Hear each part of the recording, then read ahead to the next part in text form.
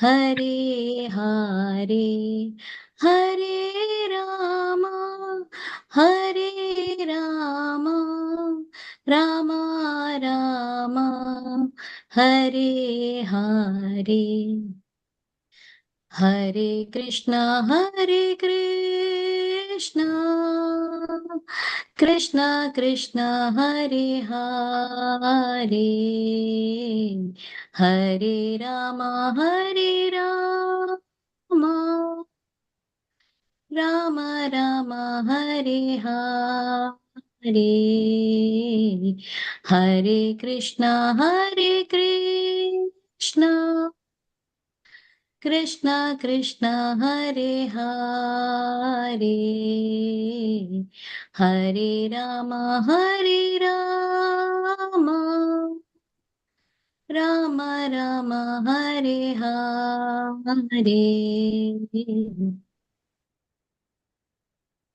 Hare Krishna, Krishna Krishna, Hare Hare. Hare Rama, Hare Rama, Rama Rama, Hare Hare. Hare Krishna, Krishna Krishna, Hare Hare, Hare Rama, Hare Rama, Rama Rama, Hare Hare. Hare Krishna, Krishna Krishna, Hare Hare, Hare Ram, Ram Ram, Hare Hare.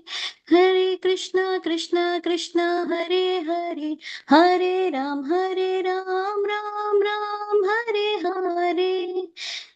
Jaya Prabhupada, Jaya Prabhupada, Jaya Prabhupada, Jaya Prabhupada, Jaya Guru Deva, Jaya Guru Deva, Jaya Guru Deva, Jaya Guru Deva. Hare Krishna, Mataji. Hare Krishna, thank you so much for the nice kirtan. So let's start. So today, most probably, we will be completing this session and attendance link. Rohini Mataji, if you're there, please share the attendance link. Yes, Mataji. I'll share. Thank you so much, Hare Krishna. Okay, Hare Krishna. Om Namo Bhagavate Vasudevaya. Om Namo Bhagavate Vasudevaya. Om Namo Bhagavate Vasudevaya. Hare Krishna. Om Tat Sat.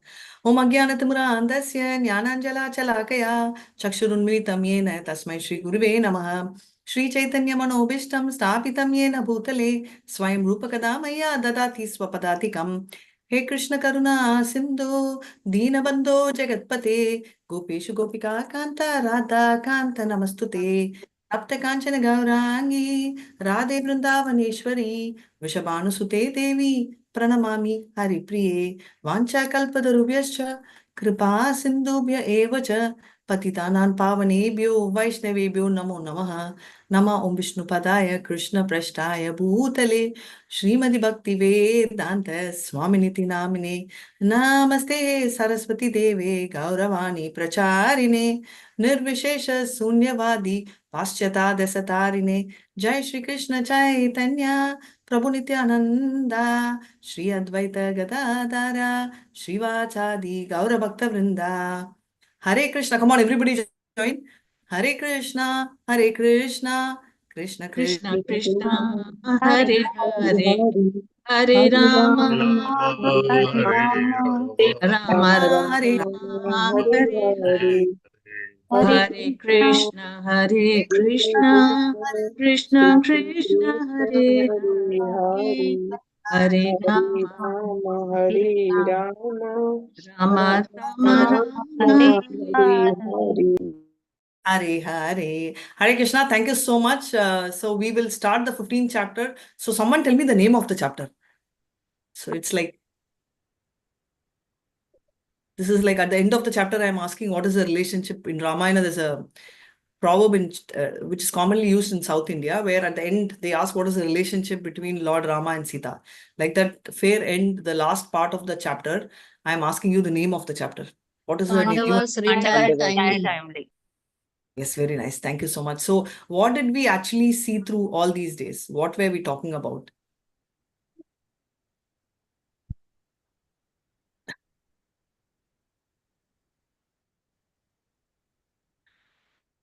This chapter. Yeah. Mataji, what happens after Krishna leaves? You know? Dadu. Perfect. What happens after Krishna disappears? So what happens to Arjuna?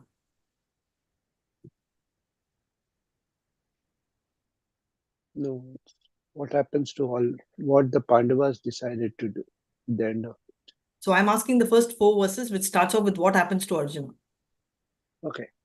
Arjuna is very sad. He's True. not able to digest the fact that Krishna is left, Thank you so much. disappeared. Yes, so he's grief struck, and because of the Vipralambha, which is the feeling of separation, he was not able to do anything in the entire chapter of 14. And in 15th chapter, he is speaking, but he's breathing extremely heavy, which to us happens when we are upset or something, we are barely able to talk. So then what happens to Yudhishthira?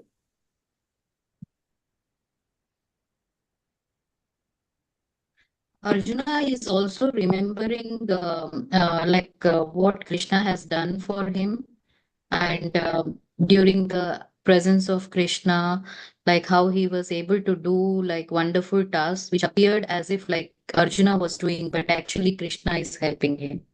Haribol, very nice. So basically, at that situation, what happens is Arjuna is grief struck, but when he starts recalling between 5 and 6 the very intimate relationship which he shared with Krishna, right? So, and because of that, he feels without him, the entire universe seems to be useless, right? Because he feels Krishna has left me alone.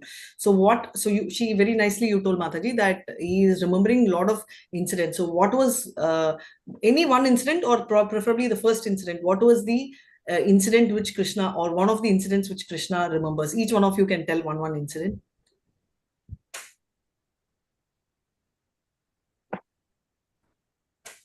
Draupadi Swayamvara is to be started with the first. Yes, Prabhu, can you elaborate that for a moment?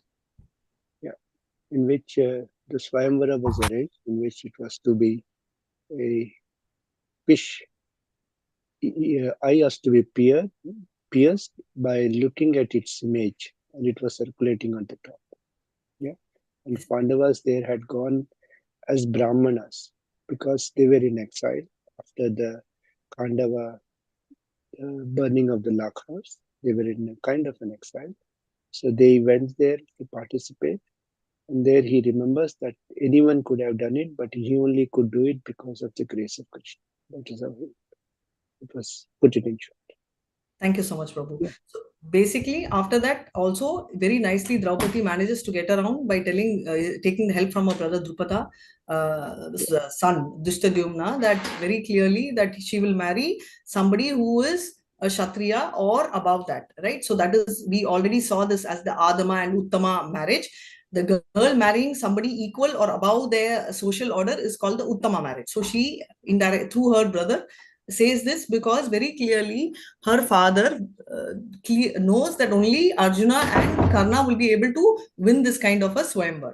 And to eliminate Karna from there, this happens. After winning Swayamvar, Karna, along with the rest of the kings, come and attack Arjuna. And Arjuna remembers that as well. It was actually unfair because after Swayamvar, people don't attack. In spite of that, he did, and Arjuna comes out very successfully in that battle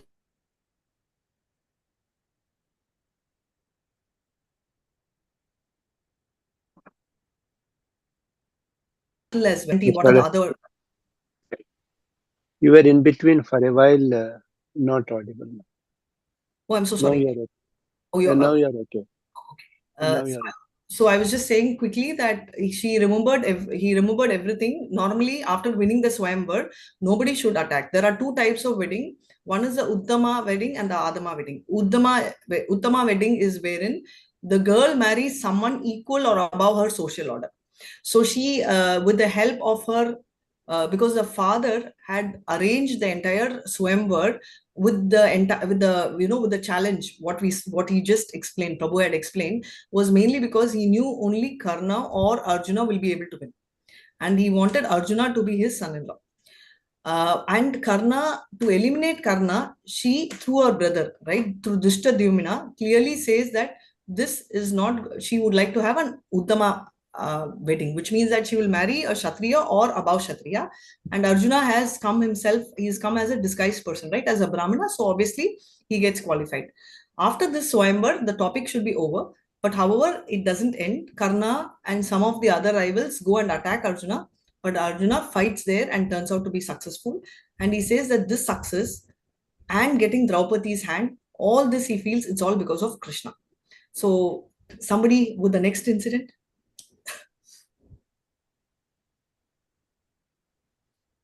Need not follow the order. Whatever you remember, you all can go ahead. Hello.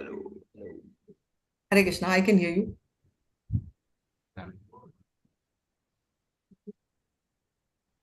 Well, any other incidents? We have so many. Can you hear me? Yes, you are very clear. Thank you so much. Your voice is back this week. Just now something was done there. Thank you very much. Yeah. Hi, yes, Mataji, please go ahead. What's the next incident or any one incident?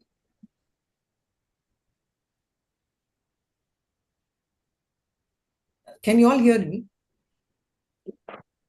Slaying of Jarasandha. Very nice. Perfect order also. So Bhima defeated Jarasandha. Anybody would like to tell the story of Jarasandha?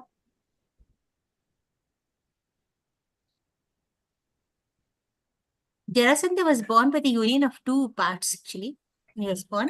So that Bhima did not know while he was trying to kill him, he did not know the exact secret behind it.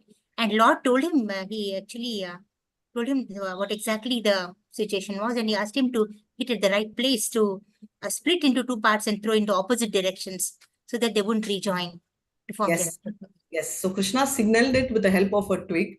He broke it and did. And with that clue, Bhima picks up that clue and does it. And invariably, Bhima does not realize that the clue was given by Krishna. He thinks that, oh, Krishna was doing, and from automatically that stuck him when he saw the stick, right? On hindsight, but Arjuna remembers everything and he has a great equation with Krishna. And therefore, he is immediately able to pick that this is mainly because of the fact that Krishna did it on purpose for Bhima to remove. He splits the grass into two and throws into opposite directions. Yeah. And Jara, how did he get the name Jara? Because there was a demon named Jara who actually, she took the two parts and then she joined, and that's why his name was Jarasandha. And she hands over the child out of compassion, the father, childless father, the king, and request him to name after her. That was her only request, and hence he was called Jara. Now, coming back to, and why did they want to kill Jarasandha? Actually, Jarasandha had captured so many kings, and then he was planning to sacrifice them. Correct. So those days, this Narabali, for Kala Bhairava, there used to be a sacrifice. So just to save those kings, Krishna had to do that. Now, what's next? So we saw Draupadi, we saw Jarasandha.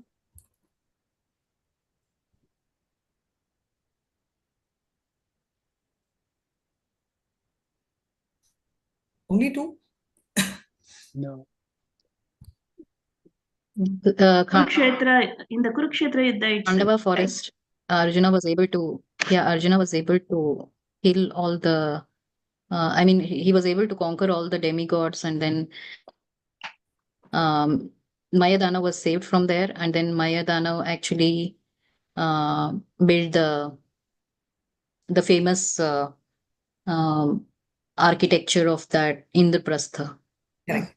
So the Khandava, that forest, what happens is with the fire god, it completely burns up, and Arjuna fights against Indra, and he saves the, not only that, even Krishna wanted to kill Mayadana, right? So not only the fire was approaching, even Sudarshan Chakra of Krishna was approaching him. But the moment Maya surrendered on to Arjuna, both the Sudarshan Chakra as well as the fire withdrew itself, right? Now there are two things which I want you all to tell me as to why in the first place Krishna wanted to kill him, and why Arjuna saves and both of them retaliate. Retaliate in the sense, why do they both withdraw? In the sense, why does Sudarshan Chakra and the fire god surrender?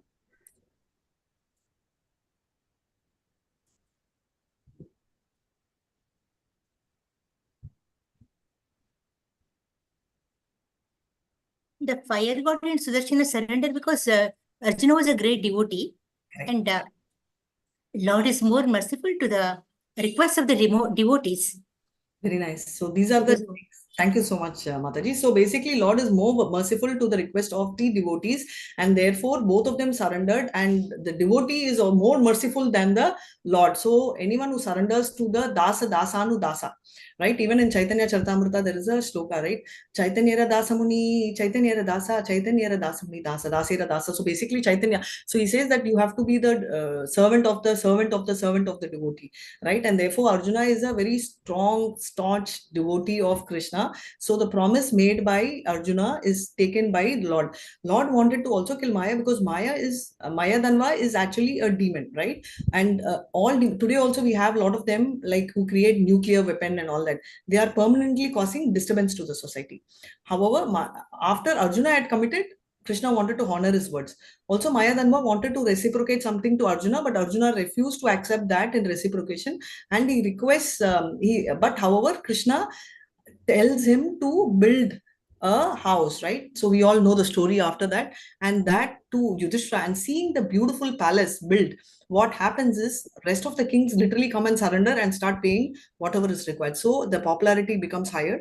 So the Krishna through the Lord, the service to the devotee is also sanctioned. So that's the mercy of the Lord. So these are both interconnected. Now, and I think Devika Shetty Mataji was mentioning about Kurukshetra war. Yes, Mataji, please explain that. Hare Krishna.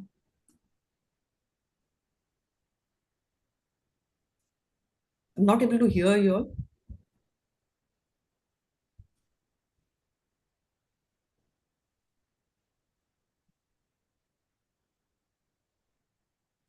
Can you hear me?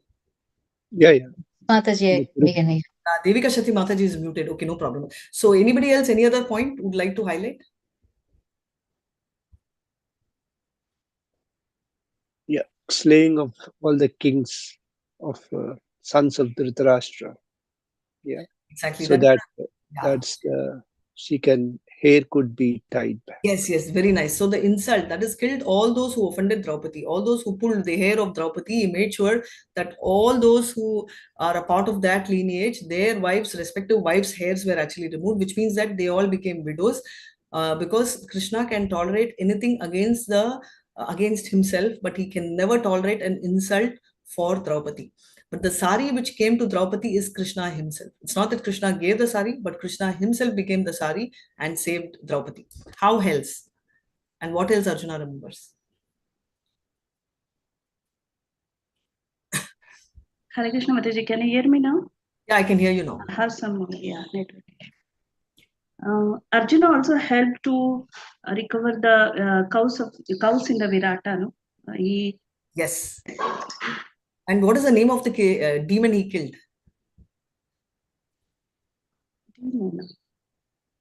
No, actually, he fought against Kaurava's army. No. You're right. He fought against the Kaurava's army and he regained the Virata cow. That is one. That topic is over. And after that, prior to that, he also killed a demon. Can you remember the name? It was not him. I think it was Bhima killed Kichaka, isn't it? Kichaka is a different story. Kichaka's story we have not come. That is for Draupadi, right? Because of insult to Draupadi. Yes, he does that. But Arjuna's remembrance here talks about, yes, this point is very nice, Devika Shetty Mataji. Thank you so much. So is it Nivata Kavacha? Yes, Nivata Kavacha. Yeah. Yes, Nivata Kavacha is a demon he kills, right? So, and he takes it forward. Thank you so much. Anything else he remembers? A lot more he remembers. Durvasa Mahamunis. Durvasa Muni. Yes, Durvasa Muni's story again. Duryodhan. Anybody knows the story? Would like to brief the story in line? Hare Krishna Balaji. Yes, Prabhu. Hare Krishna. Yes, Adi. Tell me. So, Durvasa Muni had come to Duryodhana's palace, and Duryodhana had made like very nice arrangements to please Durvasa Muni. And then he said, please go to the Pandavas' place and also bless them. So when the Durvasa Muni reached the place where Pandavas were staying, the Akshaya Patra, which was given to them by Sun God. So that the thing was after after like only one time they could cook in that. So after that it's over, if I'm not mistaken. Perfect. And Bali, could you please just the Akshaya Patra, like I'm So not sure about it comes, the Akshaya Patra means unlimited food comes only until he honors the food. Once she has the prasad, the Akshaya Patra is over until the next day. So basically, Draupadi, Duryodhan planned in such a way that the Durvasa Muni will go and meet them only after Draupadi finishes her meal, which means that for 10,000 people, they won't be able to supply food, right? Because Yudhishthira is no more a king. He's actually in the forest, right? So he won't be able to give food for them. And Durvasa will get very angry because Durvasa is an incarnation of Lord Shiva. So his favors are also very high and his curses are also very high. Now there is a twist to it. Normally, any of these munis give a curse, what happens? Their power comes down, right? They have the Siddhic power, Tapasya power. But Durvasa Muni has taken a benediction that if he curses anybody, his power will increase. So bumper offer for him. The more he curses, the more his power increases. So Durvasa Muni, that is why, liberally will curse. Liberally will bless also. What is one of the blessings Durvasa Muni gave to Kunti? That she can beget child from any demigod. Very nice. And that marks Karna's first child, right? So that's the starting of the whole thing.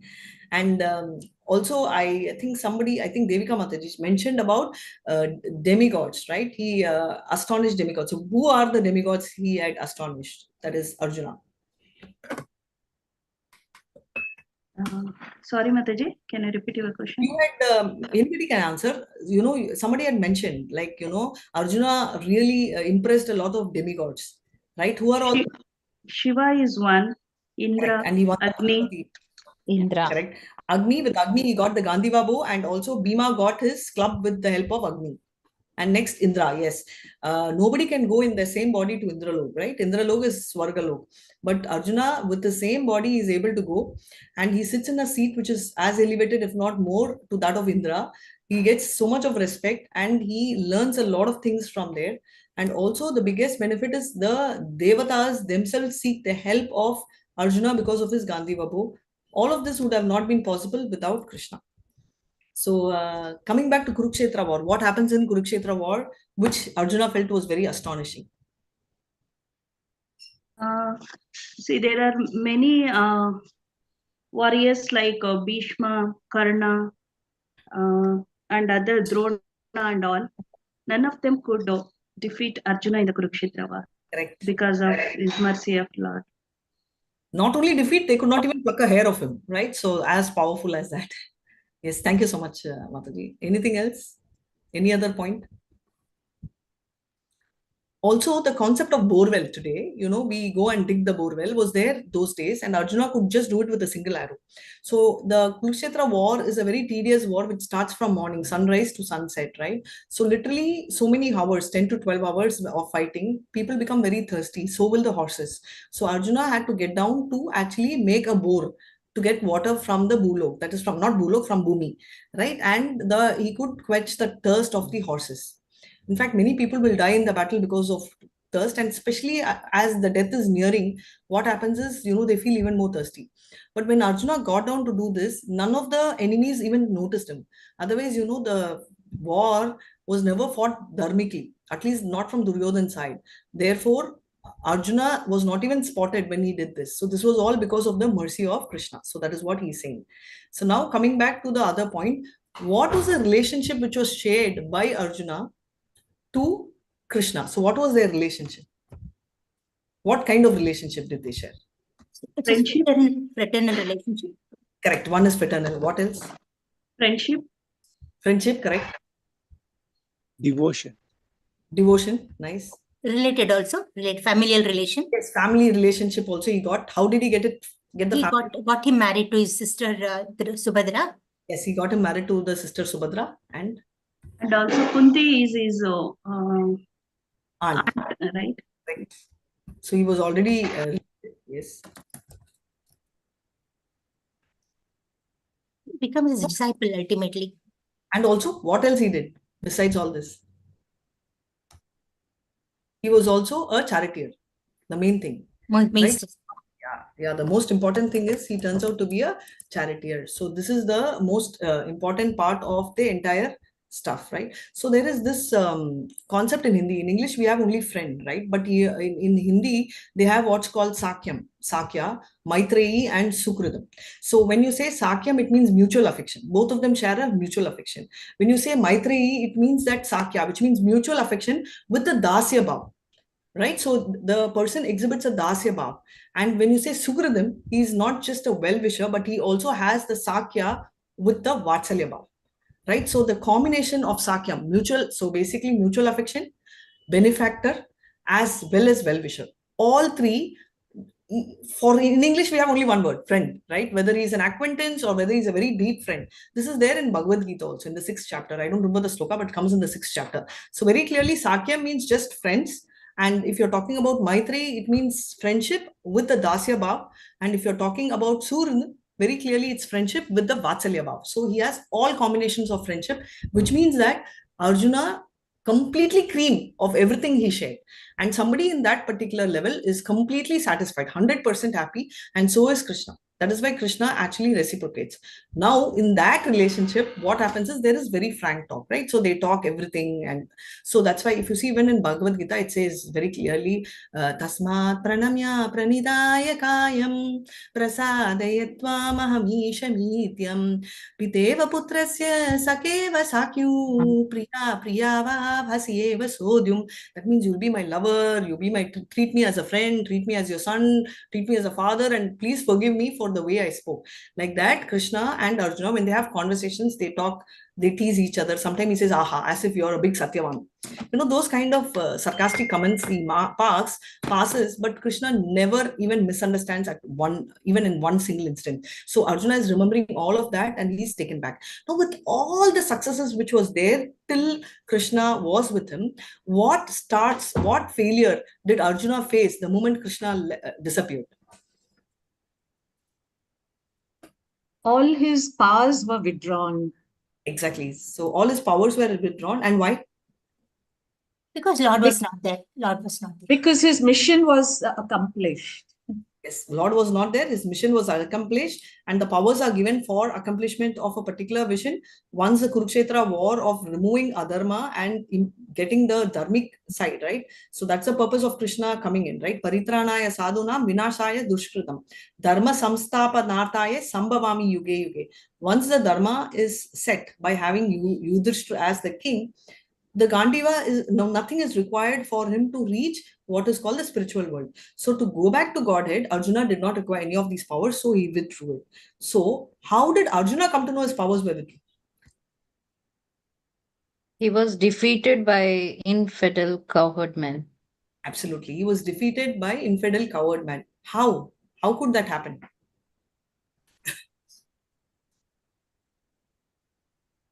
Because his powers were withdrawn at that time.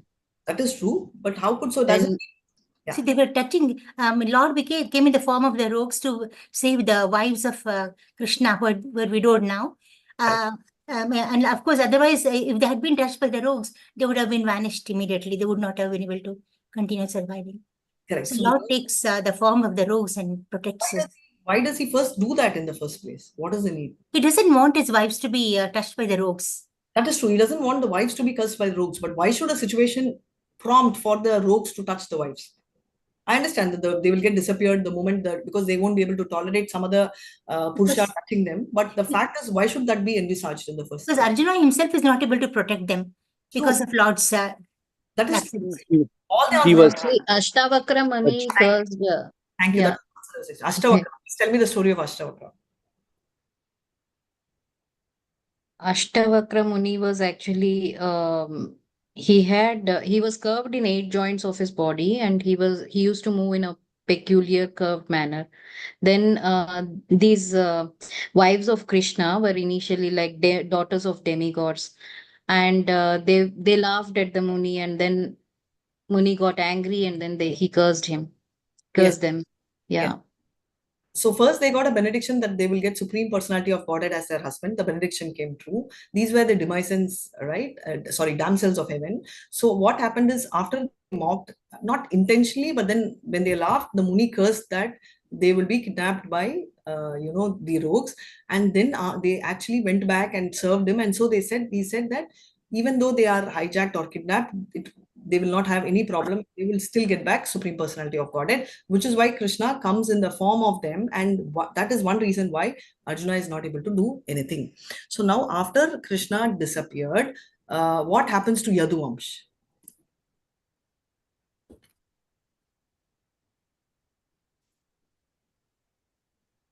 They are also destroyed.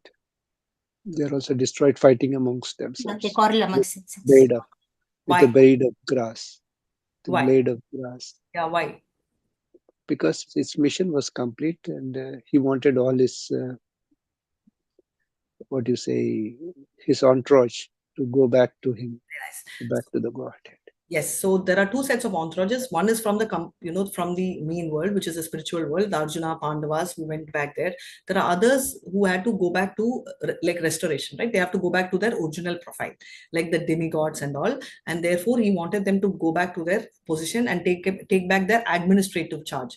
That is one. Second thing is, the Yadus were getting puffed up, right? They at one style, this comes in 11th canto, where they get puffed up and they do not know. That is why they say the burden of the earth, because they also get puffed up and they forget that they are supreme power, they are equal, or they are less than Krishna.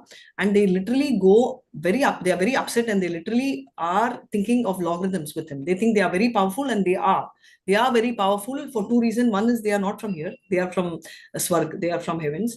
And second thing is, they are also powerful because they have come along with Krishna. So that is second. Third is, even if they are not and they are very humble, they won't be able to tolerate if people who are very humble can't tolerate the disappearance of Krishna, they won't be able to take Vipralamba Bhav. So after Krishna has disappeared, naturally they will start becoming very irate and they will behave indifferent. That is the third reason. And the fourth reason, which they won't be able to digest is, even if everything is sorted, after the Yaduvams completely goes, what will happen is there will be a big, some of them who are members will suddenly start thinking, oh, I'm from the family of Krishna. So therefore, I will have this completely, I will start showing power. Same thing happened during Nityananda, Chaitanya and Advaita Acharya. If you see, Chaitanya never had children. So that was over. Among Advaita Acharya's 6 children, hardly 3 of them had supremacy, and one of them, the Parambara, continued. And likewise with Nityananda. And when they claim some of them as Goswamis, very clearly they say, by the power, right, people cannot be claimed as Goswamis. It should only be by the way the Varna and Ashrama should be Devi Varnashram, which is what we follow, which means by their qualities and the work they do, not from where they are born, right? And that is why, if we notice, Prabhupada is the founder, Acharya of ISKCON. But what we do is, we do not accept his children and give him a top position, because this is not, autocratic government, nor is it like the king's rule, right? Because they are not spiritually inclined. We, compared to others, mainly the other Vaishnavas who are spiritually inclined, are given positions, and their children are not given positions, because this is always Krishna centric, not person centric. So this we can see from those days. So therefore, Krishna created this practical world. Now, seeing this in Sutagaya Goswami felt very uncomfortable, right? They are fighting continuously, and why are they fighting? He's feeling very, Sutagaya Goswami does not have a problem, but when Sutta Goswami is explaining this, the Saunaka rishis and the members in the Naimisharanya started feeling they started feeling the pain. How can they fight? Those kind of things. And therefore, Sutta gives a very beautiful clarification that they are actually demigods who are used to drinking somaras. So for them, these kind of things are accepted. So that way, he's trying to console. And he also says this is by the supreme will of the Lord. So now, they are all pacified. How does Arjuna get pacified? Now Arjuna is remembering all this. Now how does he get pacified?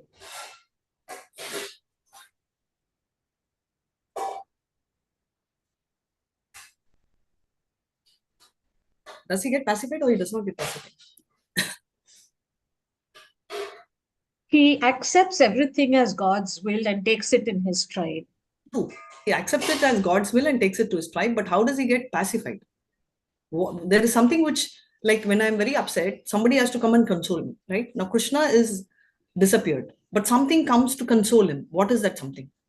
He remembered the teachings of Bhagavad Gita that Krishna gave him on the devotional.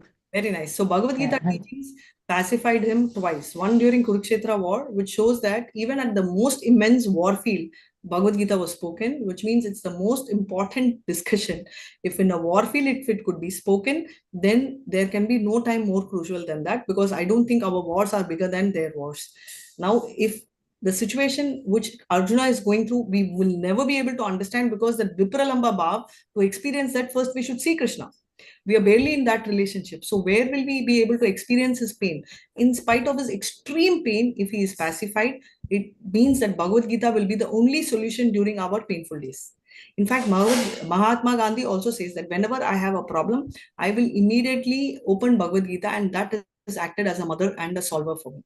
So that is the power of Bhagavad Gita. So the moment he did that, he says all the trash in my mind, right, that disturbance, everything came down. And again, he became the Lord of senses, which means he was able to control. And as Krishna says in the second chapter, Traivigunya Vishaya Vega, Nishtraigunyo Bhavajana, Nirbandho Nitya Satya se, Niryoga Kshema Atmavan. So therefore, go above 3 modes, he raises above 3 modes. So he again comes into transcendental mode. So with this, what happens to Yudhishthira? This was the first question I asked and we went in a flow. What does Yudhishthira do? Okay, Arjuna's sob story over. Now he's come out. Now what happens to Yudhishthira? What does Yudhishthira do? He also decides to retire and give up all his, responsibilities as a king, and enthrones Parikshit Maharaj. Correct. Where does he enthrone Parikshit Maharaj?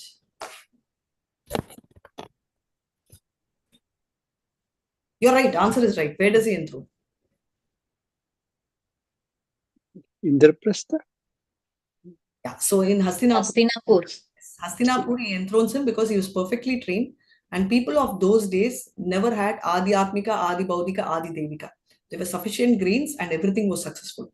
And Yudhishthira immediately retired. He was a king, and this very clearly shows the power of Yudhishthira and people of those days, where they just retire the moment they get a field. Today, people at the age of 60 think of what they should do after retirement. Is there any other job they can look out? But look at them very clearly as per Sanatan Dharma. It says that 50% of our age, or after 50 years, we should head towards retirement. But today they talk about children's marriage, grandchildren's marriage, great-grandchildren's marriage, and they don't want to retire. Also, to have spiritual elevation, very clearly they say 10 to 15 years prior to our death, we should start practicing spirituality, right? Because they say that entire life is a sadhana, it's a practice, and death is the examination. So at the time of death, which is very painful, if we have to remember Krishna, which we find it very difficult to do. No? In chanting itself, I keep getting diverted very often. So for us, when we are having little fever, little headache, we barely are able to chant. So if that is a situation at the time of death, where you feel like 50,000 scorpions are biting us, that's a kind of pain which an individual experiences. If you have to remember Krishna, that means there should be a thorough practice towards this. This was very clearly understood by people those days, because they had spiritual education, and therefore Yudhishthira went in the same direction and he left immediately, placing Lord Parikshit, King Parikshit, in his seat of Hastinapur, and in Mathura he had placed Vajra, who's Vajra, great-grandson of Krishna. Krishna's son is Pradyumna, Pradyumna's son is Aniruddha, Aniruddha's son is Vajra. Vajra is the one who built more than 5,000 temples in Vrindavan. It is still there, Krishna's temples, and he was placed, which also tells 2 important points. Yudhishthira never was trying to hold the power till the last. He was also able to delegate, and therefore he actually trained them so well. And he did not aim in taking the entire kingdom. What belonged to his grandson Parikshit, he handed over, and what had to be rightfully handled by Krishna's great-grandson, he had handed over. So everything was perfect in place. And more than anything, he knew that the ultimate Dharma, Artha, Kama, Moksha, the ultimate is Moksha, which is reaching Krishna. So that he understood. Now Yudhishthira did that. What did Kunti do?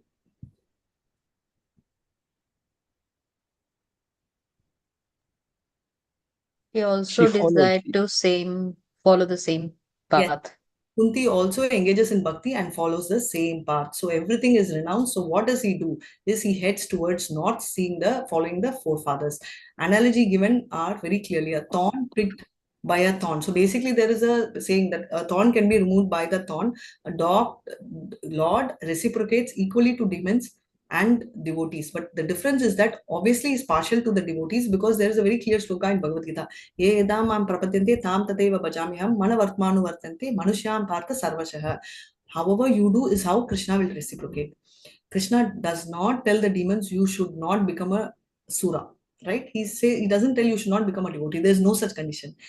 Prahalad is an example of becoming a devotee. So anybody can become a devotee. So Krishna very clearly tells only one thing, that if you are my devotee, I will obviously be biased to you. Therefore, to remove what does he do? He removes the demons with the help of a devotee. So this is what he does, right? So all the devatas are used for removing, and these devatas are finding it difficult. So he called Krishna. Krishna comes along with his entire entourage, performs his pastimes to attract the good souls, removes the burden of the earth by removing the demons, and then all of them go back to their original abode. And Krishna lost means it's not that he died, it's not that he left. It means permanently he's always there in his abode, which is Goloka Vrindavan, which is Krishna Lok. But his presence here is that of a sun, right? The analogy given is sun. Sun is there in one hemisphere, another hemisphere can't see. Like right now we are able to see sun, but somebody in US can't see. Not mean sun is lost, right? That's why that is the most important thing. And also Arjuna has taught by his own example. We always tell Arjuna to Krishna was present. But even when Krishna was not present, Arjuna very clearly followed the path and hearings of Vapu and Vani. Vapu of the God and spiritual master we may not get, but Vani, right, hearing is very important, which is why we should listen to the lectures of Prabhupada. Our Guru Maharaj's lectures, because Vapu Seva is extremely important. And the moment he remembered, that is why Krishna also says, right? Krishna Sedamo Pagate Dharmanyana Divi Saha Kalo Nashta Drishta Meva Puranarko Dyunodita. We had this, wherein after Krishna leaves, what should we do? Krishna goes to his dham, he takes shelter in Srimad Bhagavatam. So what we are actually doing is, right now as we are talking to each other, Krishna Kada, Krishna is actually present here. So we are actually interacting not with each other, but we are actually interacting with Krishna, just that we are not able to see through our eyes and we have to experience through our ears. So till this we completed, which is the 40th chapter. And let me give a summary of what we are going to see. Now we already saw till Kunti. So we will complete 3 more people. That is, one is Draupadi, what happens?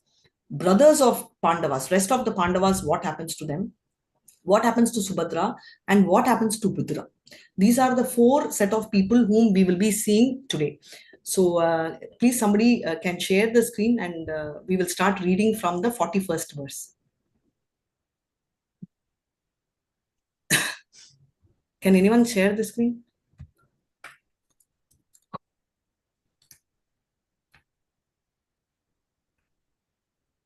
Hare Krishna, can you hear me?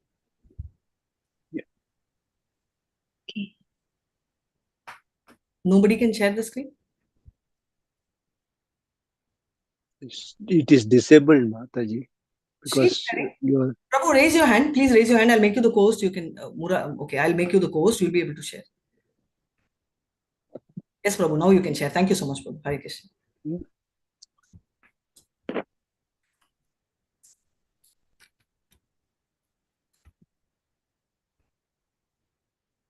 My request is please keep your videos on, because if you keep your videos off, we'll also get switched off. It's Krishna Kada wherever possible. Sometimes even I have a challenge, but I keep my videos on and off at least whenever possible. Where is the Srimad Bhagavatam? I need to go there. Thank you. Thank you, Shamala. Whenever possible. So if it's difficult, you can always switch off. No problem. I'm looking for Srimad Bhagavatam here. Yeah, Srimad Bhagavatam, you can, Prabhu, yeah, okay, no problem. Go to Srimad Bhagavatam, you can go to the first canto. Second one is Srimad Bhagavatam, Prabhu, after Bhagavatam. Yeah. First one, click the first one. You've said, click the second one. Go to the first. 15th chapter. 15, next chapter. Yes. 15. 41st verse. 41. Yeah, I'm going there. Sure, Prabhu. Whoever wants to read, please have your hand raised and we can read.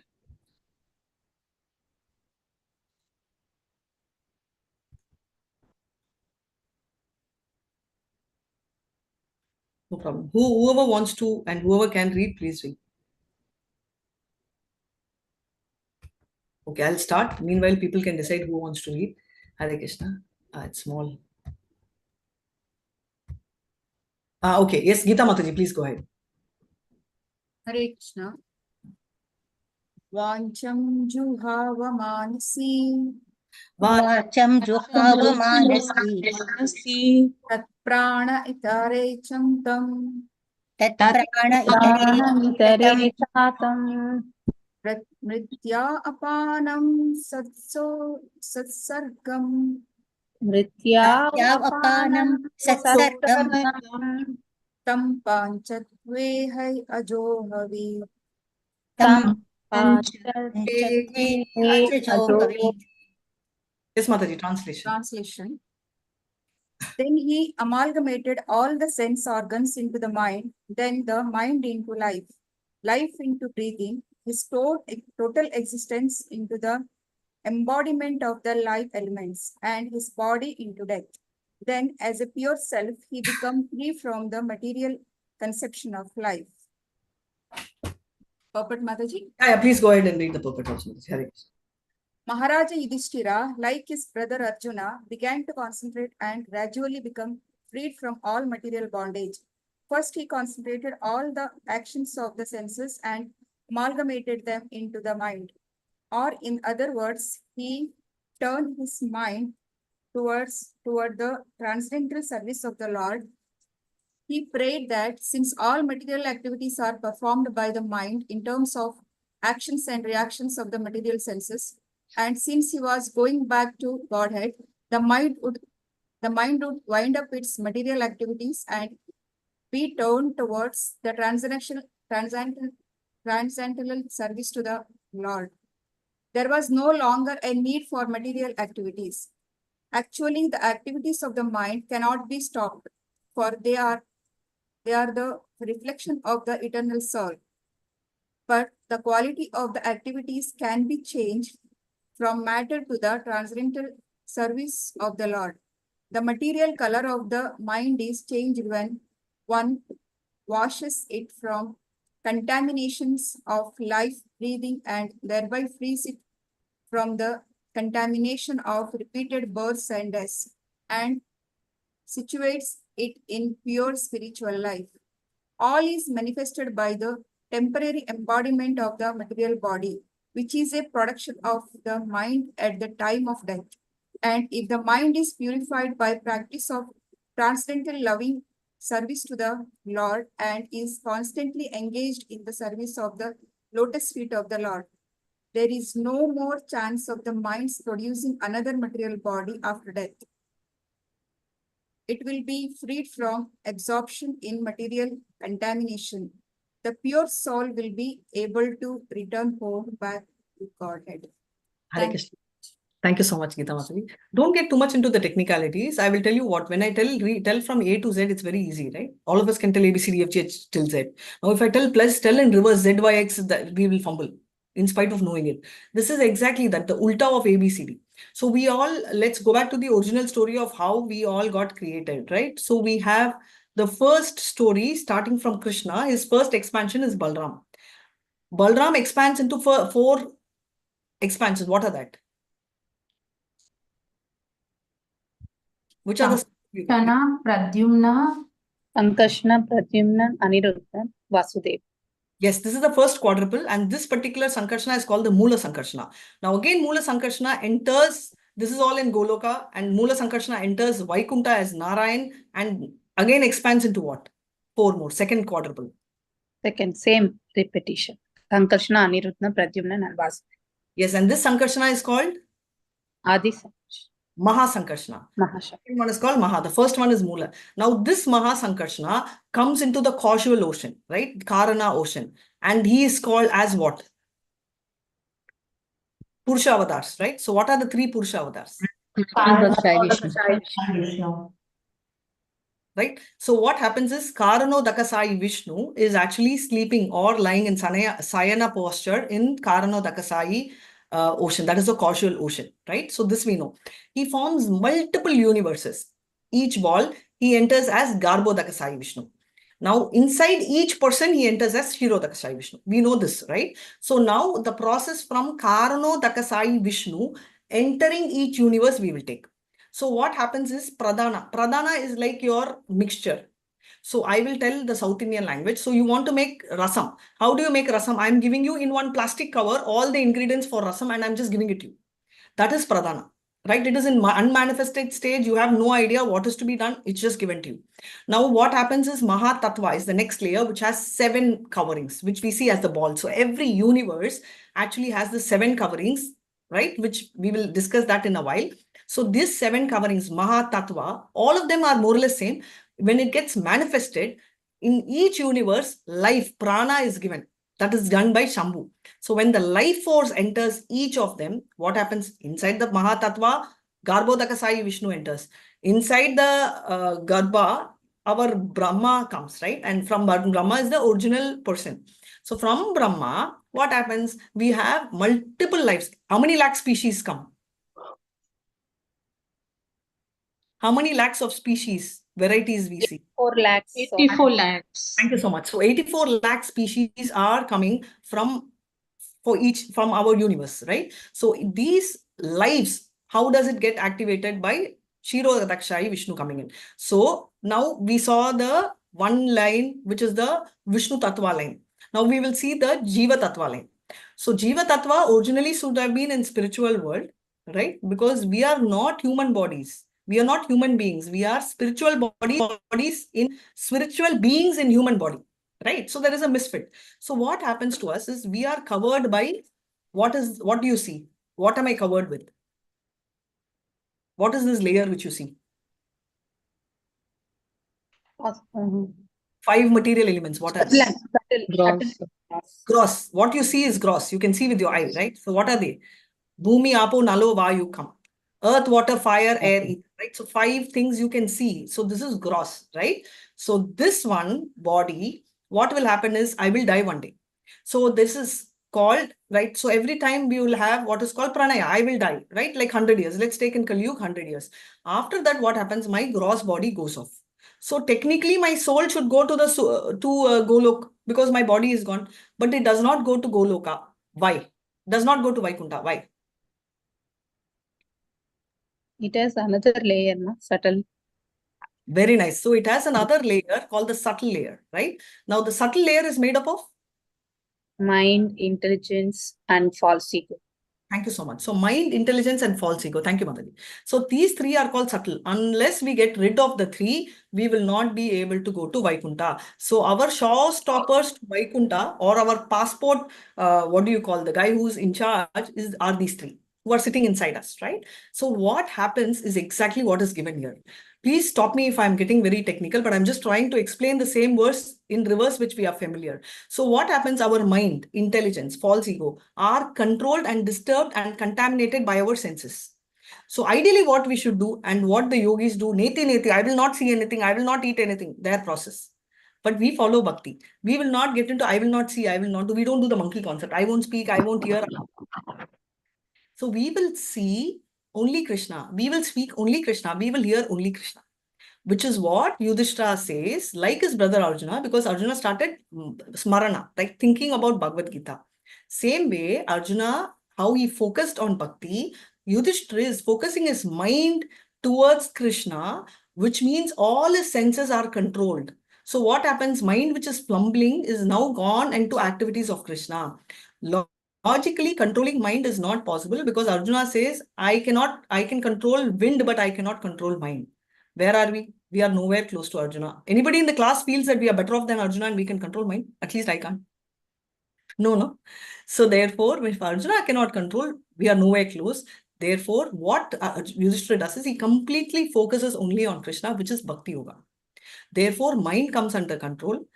He goes above Sutta Sattva platform, and that is called Jivan Mukti. Jivan Mukti, we will talk about it in the next verse, which means that Mukti or liberation at the lifetime, which means in the same body, You don't lose your body, but your mind, everything gets so purified that a body is transcendental, that you can relate to Krishna and your qualities are exactly like Krishna, right? Quantity wise, you will differ, but quality wise, we are equal, which means that we are in that pure state, which does not require us to take new body. Why do we need new body? Because we need our wishes to be fulfilled. If we don't have a wish and our wish is Krishna, then we don't need any body. We need to go back to Krishna. That is what is going to happen. That is exactly what he's saying. Mind can never be idle. You will see mind cannot be idle because our soul can never be idle. It's fully active. That is why 100-year-old lady or man on the bed will give instructions. You do this, you do that. Why? Because the soul is active, represented by the mind which is active. So you cannot control. We can only do param drishtva nivartite, right? You will go to the next level of focus. That is what it is. Can we go to the next sloka? Is this clear or is it too technical? Is it clear? I'm trying to make it simple. In that process, I hope I'm not making it complicated. Hare Krishna. Hare Krishna. Yes, Mataji, it's clear. Thank you so much. Yeah, we'll go to the next and somebody, Usha Mataji, you can read the shloka. Yes. Verse 42. Hare Krishna. Tritve hutva cha panchatvam. Tritve hutva cha panchatvam. Chaikatve juhon munihi. Sarvam atmani ajuhavid. Sarvam atmani ajuhavid. Brahmani atmanam avyaye. Brahmani atmanam avyaye. All glories to Srila Prabhupada, Prabhupada ki jai. Translation. Thus annihilating the gross body of 5 elements into the 3 qualitative modes of material nature, he merged them into one nescience and then absorbed that nescience in the self, Brahman, which is inexhaustible in all circumstances. Purport. All that is manifested in the material world is the product of the Mahatattva Avyakta, and things that are visible in our material vision are nothing but combinations and permutations of such variegated material products. But the living entity is different from such material products. It is due to the living entity's forgetfulness of his eternal nature as eternal servitor of the Lord, and his false conception of being a so-called Lord of the material nature, that he is obliged to enter into the existence of false sense enjoyment. Thus, a concomitant generation of material energies is the principal cause of the mind's being materially affected. Thus, the gross body of 5 elements is produced. Maharaj Yudhishthira reversed the action and merged the 5 elements of the body in the 3 modes of material nature. The qualitative distinction of the body as being good, bad, or mediocre is extinguished, and again the qualitative manifestations become merged in the material energy, which is produced from a false sense of the pure living being. When one is thus inclined to become an associate of the Supreme Lord, the personality of Godhead, in one of the innumerable planets of the spiritual sky, especially in Goloka Vrindavana, one has to think always that he is different from the material energy.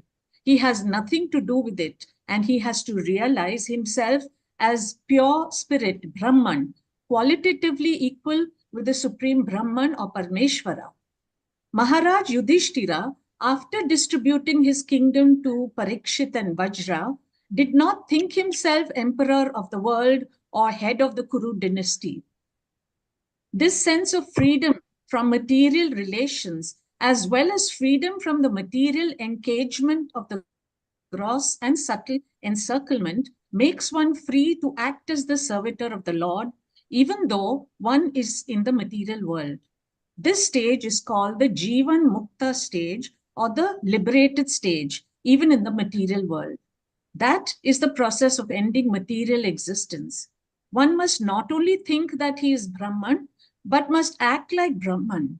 One who only thinks himself Brahman is an impersonalist, and one who acts like Brahman is the pure devotee.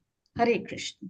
Very beautifully read. So very important context. Jivan Mukta I already explained. Another one is very clearly the first, what is our confidential knowledge? We are learning in Bhagavad Gita confidential knowledge in the second chapter and third, and the more confidential and the most confidential. So what is the first thing which we learn? What is Body and soul. About the exactly, body. I am not the body, I am the soul. Exactly. So if I get to know that I am not the body, I am the soul, then the point is very clear. If I am not the body, if I am the soul, it is okay, it is true. But then I cannot get into or succumb myself into a feeling that I am not the body and keep sitting and staring. Then I will think you and me are same. Namo Narayana, you're also Narayana, I am also Narayana, and we will go and drain ourselves downward into Mayavati philosophy. So we are going to restrict ourselves into not just thinking I am not the body, but act on that. Which means that Vidya Vinaya Sampanne Brahmane Ganvi Hastini Suni Chaiva Swapakeva Pandita Swama Darshinaha, which means for a Pandita, he will see everybody in a uniform platform, whether it's a dog eater or whether he is a Brahmana or whether he's an animal, because he sees the soul. That is called acting in the Brahman platform. He understands that we are all part and parcel of Lord. Same way, Brahma Sutra. What is Brahma Sutra? Sutra means summary. Brahma Sutra is a summary of all the Upanishads, right? So basically, the first shloka in that is Om Atato Brahma Jignasu, which means that you should know. Jignasu means we all have read, right? Curious, understand what Brahma. Understand Brahma. He doesn't say just listen, hear about Brahma and sit on Brahma. It was written by Vyasa. He said deliberation on Brahman, which means that understand. Deliberation means analyze and act on Brahman platform. So that is the most important point which we should remember throughout, right? So this coming back to the thing. So one is we should not sit on the platform, we should act on the platform. Second is we can in that fashion achieve Jivan Mukta. Third one is how are we influenced is by the three gunyas. Right? We are Mamevamso Jiva Loke, Jiva Bhuta Sanatana, Manasastrani Indriyani, Manushani Sati Pakti. So Mamevamso Jiva Loke. So how is this Jiva? How is it influenced by all the three things, right? All the modes, irrespective of the modes. If you're in mode of goodness, what we understand better are the animals. We are the cows. Mode of passion, you'll be lion, tiger, cat, dog, all. Mode of ignorance, snake, scorpion, all that. Same thing happens for human. Only when you are interacting with these various combinations of animalistic human are coming. So when we remove those three modes, we go into the Sutta Sattva and reach what's called Jivan Mukti, liberated state, and the body and the mind and the soul is completely in the same platform called the purified platform. Is this clear? So we'll go to the next one, 43rd verse.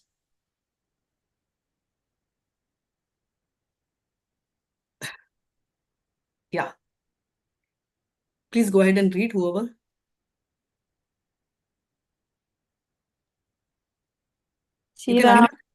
Chiravasa niraharo. Chiravasa niraharo. Bandhavan mukta murdaja. Bandhavan Darshayan atmano rupam. Darshayan Manorupam Jadon matha pishatvat. Jadon Mata Anavekshamano niraghat. Anavekshamano niraga. Niragat Ashrinvan bhadhiro yatha. Arshvan Badhiro Yatha. Translation, yeah.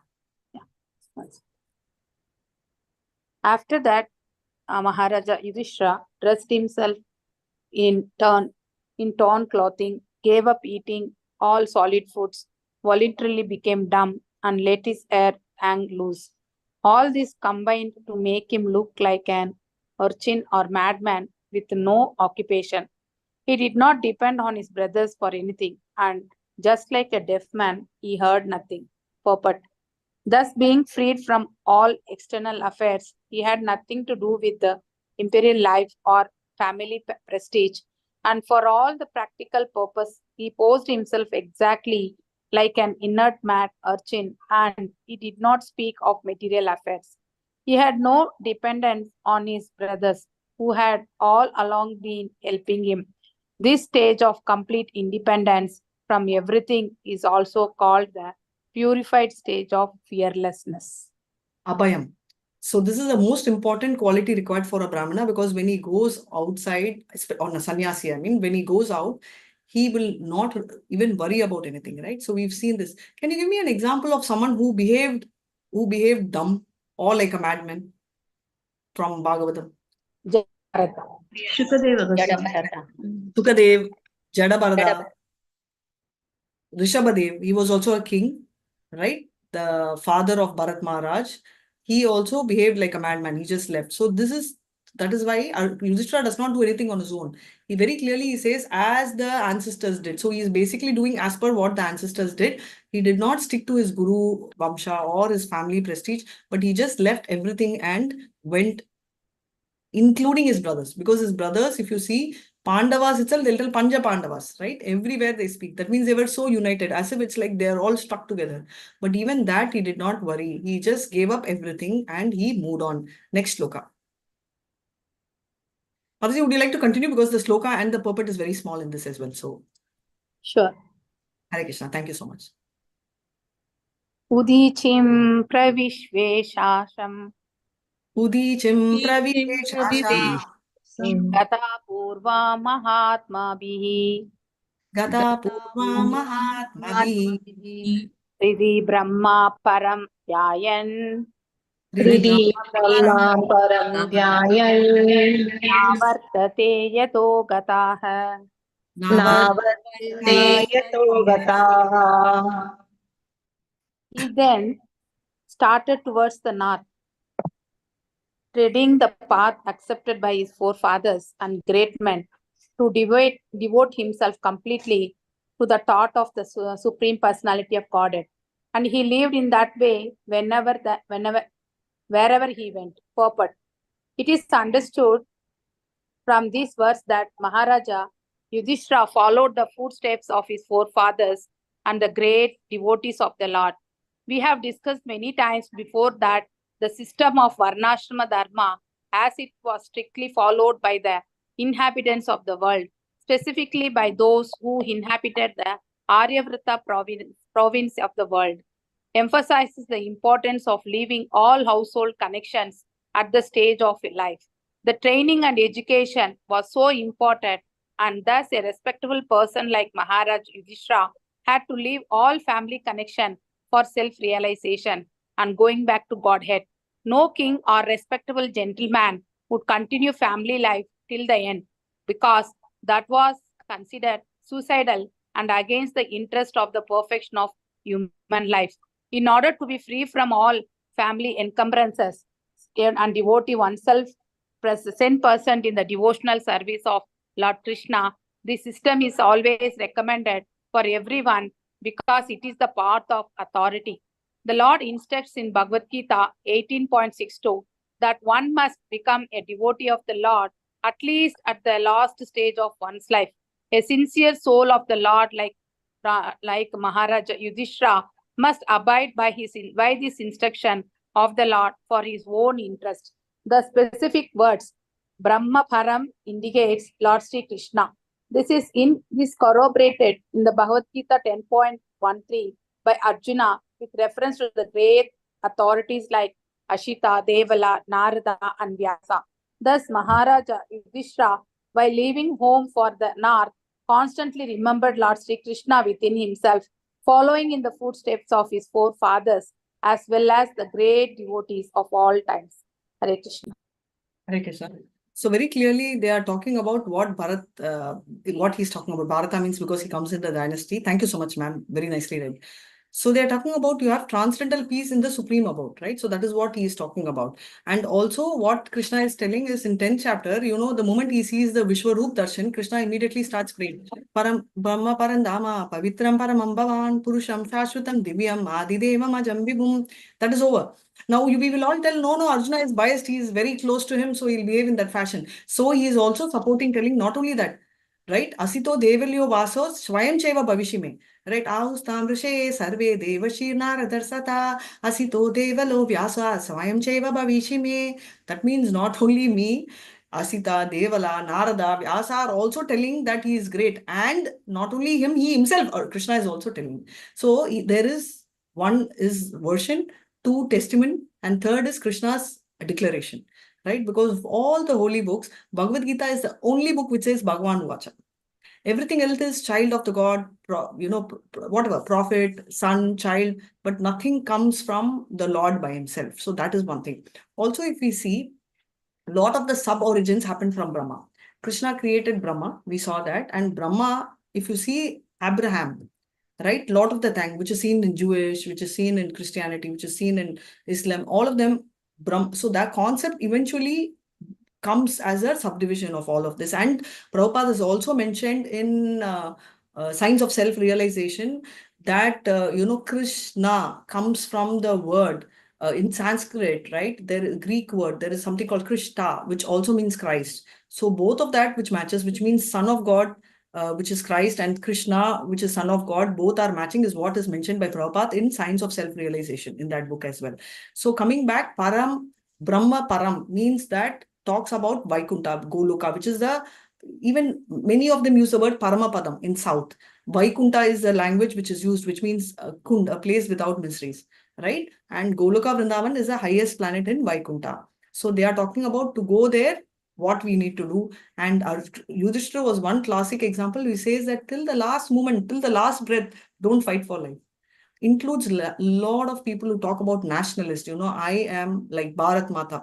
As I said last time, if you are talking about Bharat Mata, then you'll have an American Mata, you'll have a Chinese Mata, you'll have a Pakistani Mata, right? We are talking about only one Mata, which is Earth Mata, Bhumi Dev, Bhumi Mata. So it can be only one. You cannot break Mata into multiple, right? So in the family, we have only one mother, right? So we are all one family, which is Krishna conscious family. We can have only one mother. If we become national conscious, we may or may not be recognized. But if we become Krishna conscious, as in case of Yudhishthira, he was not national conscious, but he is remembered and celebrated even today. Even today, Yudhishthira's Rajyam is called Rama Rajyam, as good as that. Rama is remembered 17 lakh years approximately prior to that. Rama would have been there. But today, that he is taken that example and compared Yudhishthira to that of the Lord Rama and said his Rajyam is so good. So this shows that Krishna consciousness actually not only gives name, fame, but is basically, it's casted in the wall, they say, right? Like that, it is casted over generations and over yugas. Hare Krishna. Next one. Yes, Usha Mataji, you can read.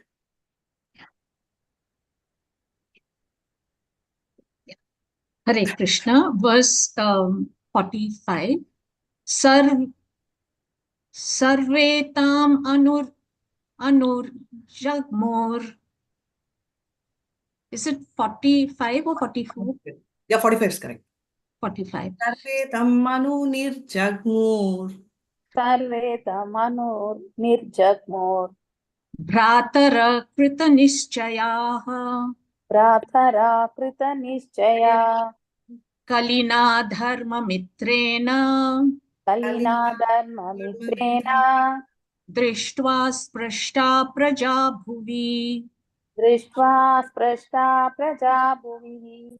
All glories to Srila Prabhupada. Prabhupada ki jai. Translation. The younger brothers of Maharaj. The younger brothers of Maharaj Yudhishthira observed that the age of Kali had already arrived throughout the world and that the citizens of the kingdom were already affected by irreligious practice. Therefore, they decided to follow in the footsteps of their elder brother. Purport: the younger brothers of Maharaj Yudhishthira were already obedient followers of the great emperor, and they had sufficiently been trained to know the ultimate goal of life. They therefore decidedly followed their eldest brother in rendering devotional service to Lord Sri Krishna. According to the principles of Sanatan Dharma, one must retire from family life after half the duration of life is finished and must engage himself in self-realization. But the question of engaging oneself is not always decided.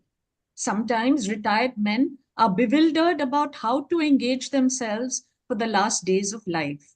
Here is a decision by authorities like the Pandavas. All of them engage themselves in favorably culturing the devotional service of the Lord Sri Krishna, the Supreme Personality of Godhead. According to Swami Sridhara, dharma, artha, kama, and moksha, or fruitive activities, philosophical speculations, and salvation, as conceived by several persons, are not the ultimate goal of life. They are more or less practiced by persons who have no information of the ultimate goal of life. The ultimate goal of life is already indicated by the Lord Himself in the Bhagavad Gita 18.64, and the Pandavas were intelligent enough to follow it without hesitation. Hare Krishna. Talking about Swanisthita Pumshan, Vishwastena Kadashuha, Not Padiya Itiratam, Shama Evai Kevalam. That is exactly sought. So Dharma, Artha, Kama is not the motive with which people have to live, right? Ultimately reaching the goal. Now, so far we have seen how Krishna is Krishna disappeared, and one after the other, Arjuna went into that meditative mode. He had already surrendered. You see Yudhishthira leaving and Kunti Maharani leaving, and we also see what happens to the brothers, right? So brothers are very clear. They do not have even an iota of doubt, because lifelong they've always followed whomever they followed, they've always followed Yudhishthira. So the moment Yudhishthira left, they also left. Now it also shows very clearly that Yudhishthira never asked the brothers to leave, which means that throughout the life, Yudhishthira was teaching the brothers Dharma. But at the final stage, everybody has to take their own call. Because if he starts thinking of brother, grandfather, cousin, then nobody will want to leave. So what happens is, when you pray together, like there is a word, family which prays together stays together. But when you are leaving at the final go, you cannot be thinking of family, because then if you start thinking of the family, then you will stay together, but you will stay only in Bulu. Right? So the last moment one has to prepare and proceed. So this is the very important thing. That is why Krishna very clearly says in the last shloka of Bhagavad Gita. What is the last shloka? It says, what is the last shloka? Last instruction by Krishna, not the last shloka. Sarvadharman Parityaga. Yes, please complete. Mameka Sharanam Raja Aham Tam Tvam Sarva Papebhyo Mokhyashyami Masucha. So he says, Sarva Dharma, whatever dharmas are there, please give up. I will take care. Right? Masucha, I will take care. Right? Aham Sam Sarva Papebhyo. So whatever papam you have done, I will take care. Sarva Dharma Parityaga Mamekam Sharanam Raja Aham Tvam Sarva Papebhyo Moksha Ikshami Masucha. I will give you moksha. I am giving you guarantee. What more you have? What more you need? So the shloka which literally Bhagavad Gita ends is where we start in Srimad Bhagavatam in the second shloka. Do you remember the starting of the second shloka? Second shloka of Srimad Bhagavatam. Dharmadasya yatonvayaditarataschatvega bhiknyasvarat tene brahma hridayahadi kavaye muhyanti yat surya tejo vari mrisham yata vinimayo yatrapi sargo mrisham damna svena sada nirashtakmakam satyam param dhimahi. This is the first shloka. Second one. Yeah, Dharma Kaitava.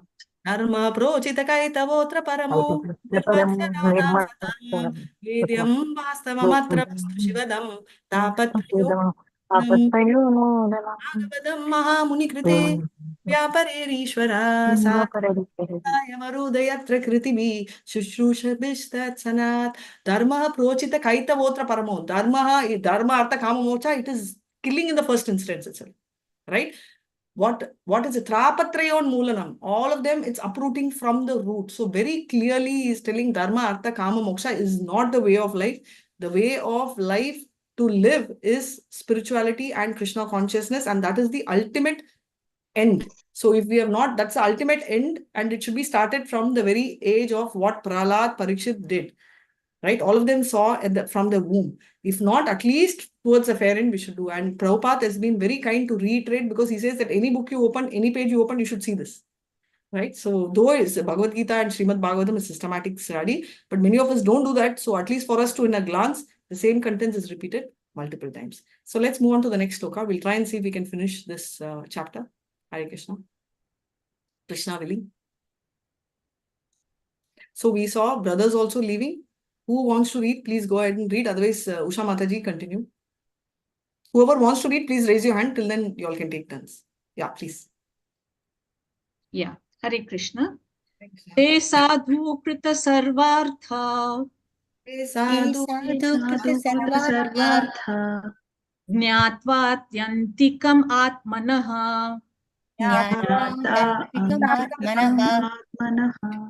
Mansa धारयाम् आसुर् Vaikuntha चरणाम्बुजम्. All glories to Srila Prabhupada, Prabhupada ki jai. Translation: they all had performed all the principles of religion and as a result rightly decided that the lotus feet of Lord Shri Krishna are the supreme goal of all. Therefore, they meditated upon his feet without interruption. Purport: in the Bhagavad Gita 7.28, the Lord says that only those who have done pious deeds in previous lives and have become freed from the results of all impious acts can concentrate upon the lotus feet of the Supreme Lord, Shri Krishna. The Pandavas, not only in this life, but also in their previous lives, had always performed the supreme pious work, and thus they are ever free from all the reactions of impious work. It is quite reasonable, therefore, that they concentrated their minds upon the lotus feet of the Supreme Lord Shri Krishna.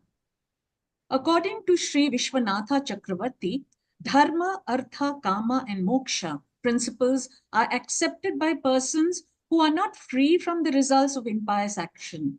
Such persons affected with the contamination of the above four principles cannot at once accept the lotus feet of the Lord in the spiritual sky. The Vaikuntha world is situated far beyond the material sky. The material sky is under the management of Durga Devi or the material energy of the Lord.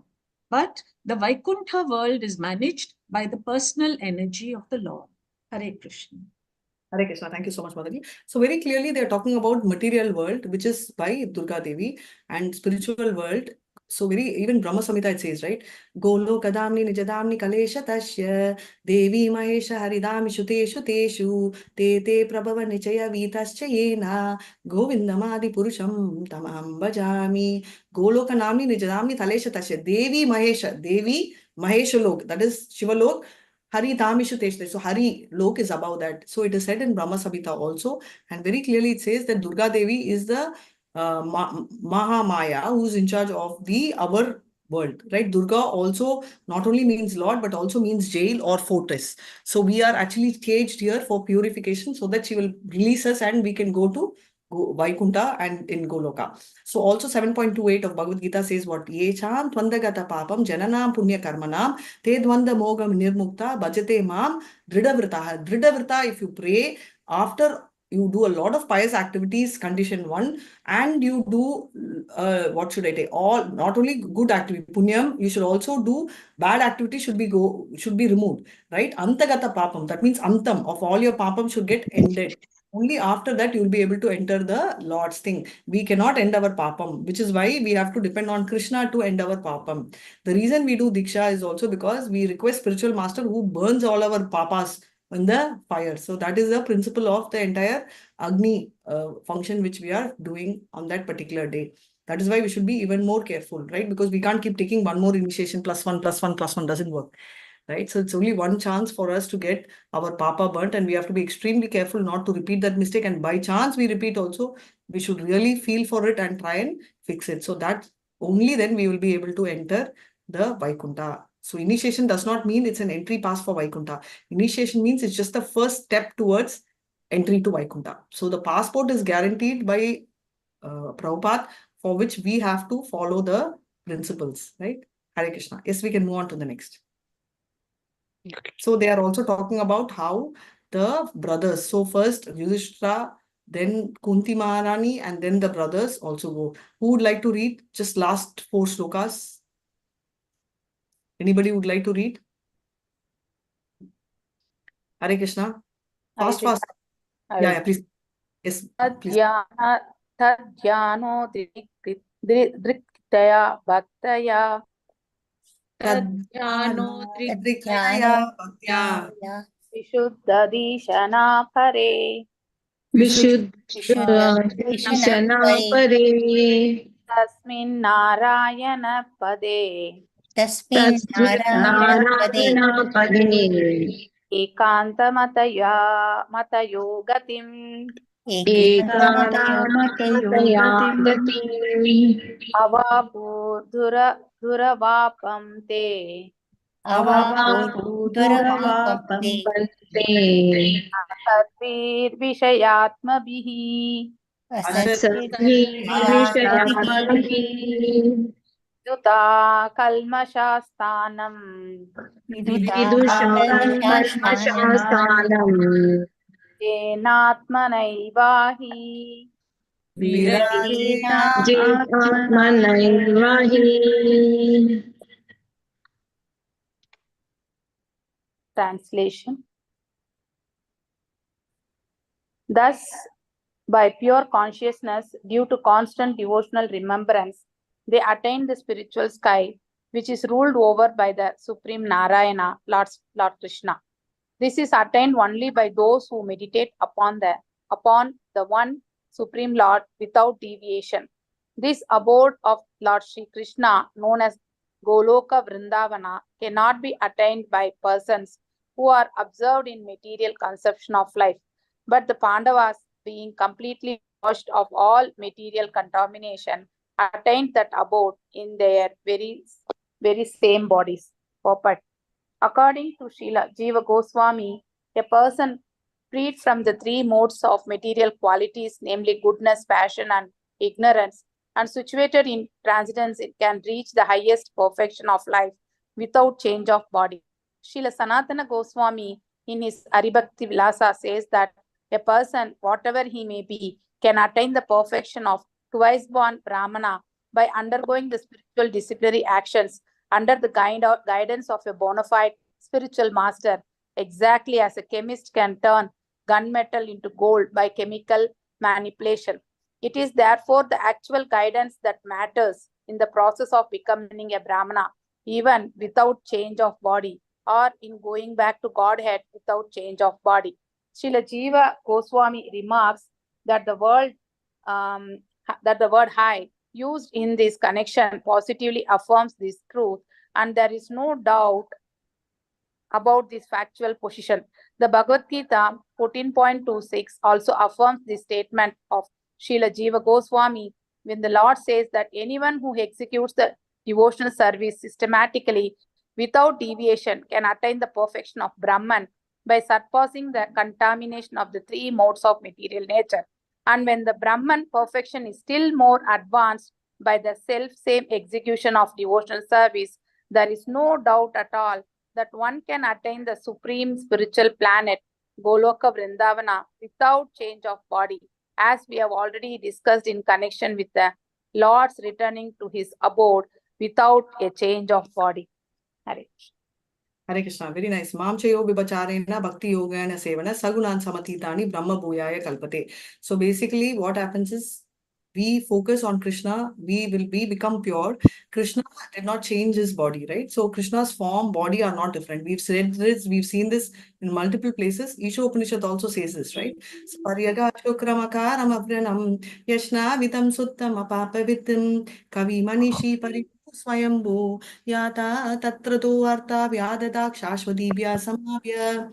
So Krishna's body is same, it's pure, it does not change. Likewise, pure devotees like, Pandavas who are the eternal servants, if you notice, they also don't change the body. They go in their same body to Goloka Vrindavan. So that is the speciality of Krishna. And this proves all this is very clearly mentioned also. So Sutta Goswami Srila Jiva Goswami is actually is explaining very clearly about people who are above the three modes. As I said, Trigunya Visheveka, above the three modes, which is Sutta Sattva platform, right? In that case, they achieve the perfection beyond the twice Brahmana, which is called the Vaishnava.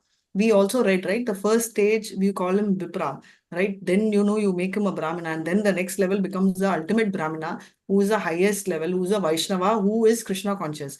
A Krishna conscious Brahmana is called a Vaishnava. So that stage is what we are all planning to reach. And the moment you reach, we'll reach the platform. You can go to the next.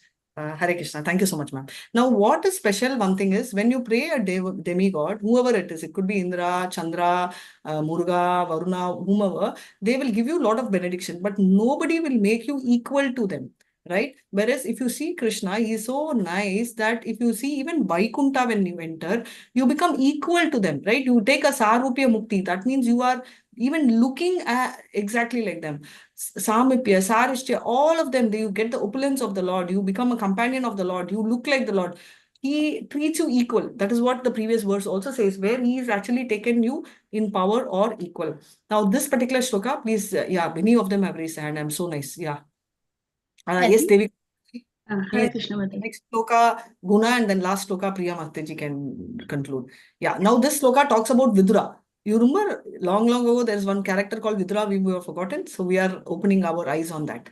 Hare Krishna. Yes, please go ahead. Hare Krishna. Vidura api paritajya Vidurapi paritajya prabhase deham atmanaha प्रभासे देहमात्मनः Krishna veshena taschittaha कृष्णवेषेण तच्चित्तः Pitrapi swakshayam yayau. Pitrapi swakshayam yayau. Okay. Translation and purport by Srila Prabhupada. Prabhupada ki jai. Vidura, while on pilgrim, left his body at Prabhas because he was absorbed in thought of Lord Krishna. He was received by the denizens of the Pitraloka planet, where he returned to his original post. Purport. The difference between the Pandavas and Vidura is that the Pandavas are eternal associates of the Lord, the personality of Godhead, whereas Vidura is one of the administrative demigods in charge of the Pitraloka planet and is known as Yamaraja. Men are afraid of Yamaraja because it is he only who awards punishment to the miscreants of the material world. But those who are devotees of the Lord have nothing to fear from him. To the devotees, he is a cordial friend, but to the non-devotees, he is a fear personified. As we have already discussed, it is understood that Yamaraja was cursed by Manduka Muni to be degraded as a Shudra, and therefore Vidura was an incarnation of Yamaraja. As an eternal servitor of the Lord, he displayed his devotional activities very ardently and lived a life of a pious man, so much so that a materialistic man like Dhritarashtra also got salvation by his instruction. So, by his pious activities in the devotional service of the Lord, he was able to always remember the lotus feet of the Lord, and thus he became washed off all contamination of Shudra born life.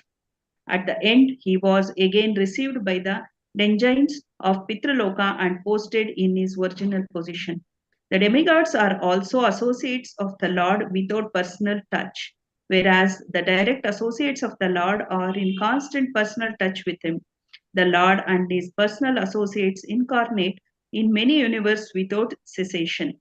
The Lord remembers them all, whereas the associates forget due to their being very minute parts and parcel of the Lord. They are apt to forget such incidents due to being infinitesimal. This is corroborated in the Bhagavad Gita 4.5. Hare Krishna.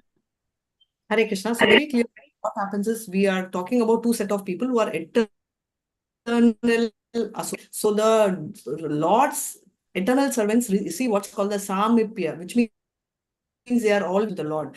Whereas the Devatas and the Devata God to see to the border and only hears the Sweta Deepa, that is the milk ocean.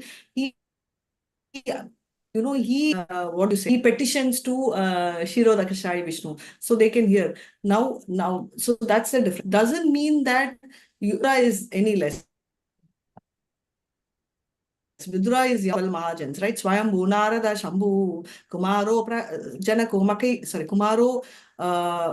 So of that, one of them will be our what does he say? Yamadharmaraja. So after, and we all know the curse of Manduka Muni, and after the Manduka Muni's curse, Because of Rudra, there will be a natural effect of the modes, which he gets freed, and he is so kind that there's an opportunity he uses to purify Dhritarashtra. And there is also a story why he does, because being a Yamaraj, he does not have a chance to preach because he's very busy punishing people. Though he's one of the 12 Mahajans, Swayambur, Narada, Shambhu, Kumaro, Kapilo, Manuhu, Prahalado, Janako, Bhishmo, Balir, Vaya, Shakir, Vayam. All 12 of them are none other than Mahajans. But the difference is that they are actively engaged in Krishna's work.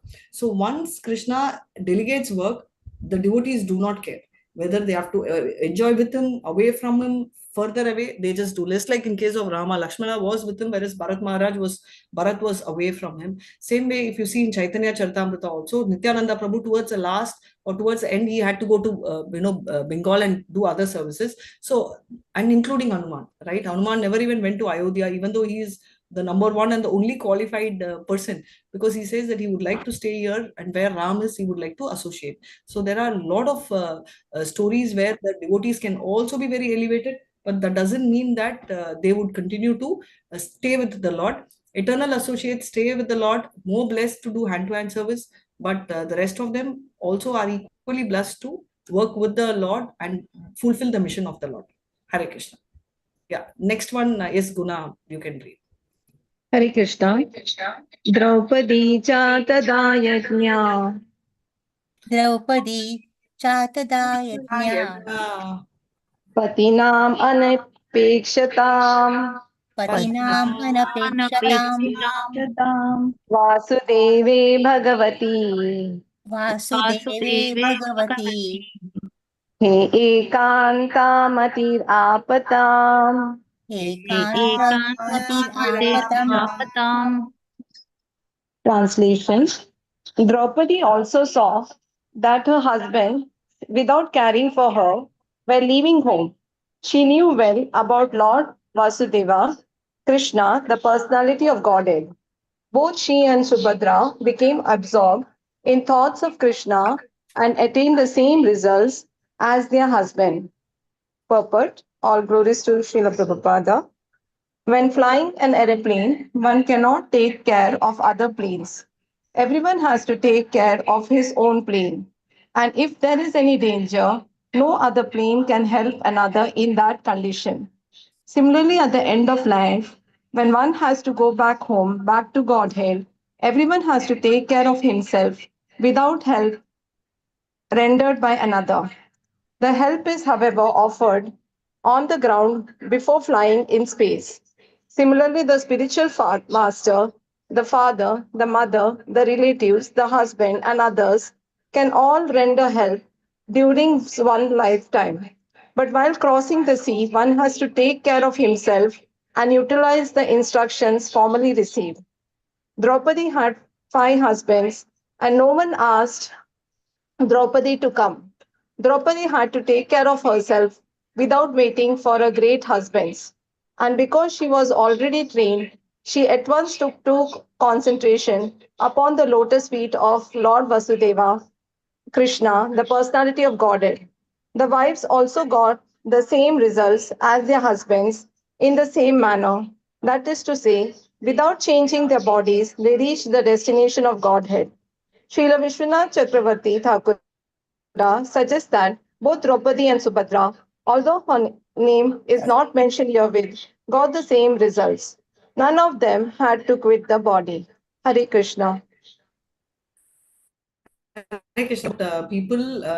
So basically Subhadra and Draupadi, both of them quit the body. Most important, and they had the same form, which means that they did not die or they did not lose the body. They went as it is to Vaikuntha, that is to Goloka Vrindavan.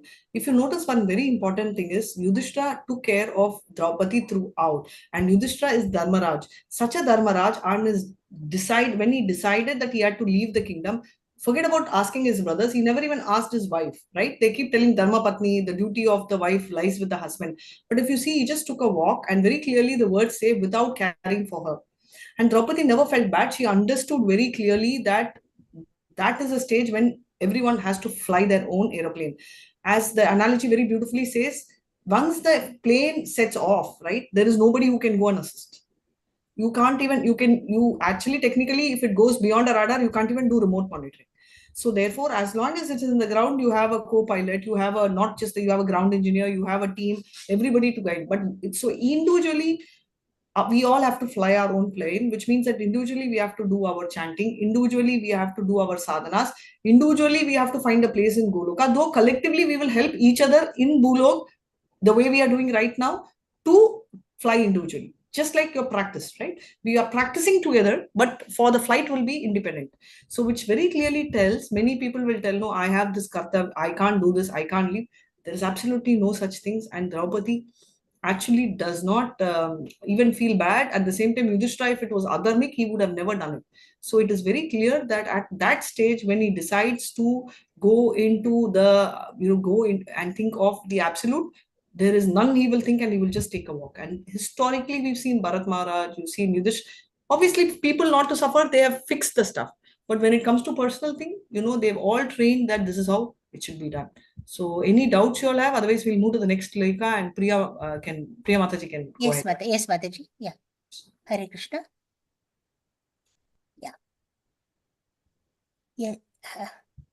Yashraddhaya yat Bhagavat Priyanam. Yashraddhaya Bhagavat Pandavo Sutanam iti samprayanam. Panto Sutanam iti samprayanam. Shunoti alam swastyannayan pavitram. Shunoti alam swastyanyanam pavitram. Labdva harau bhaktim upaiti siddhim.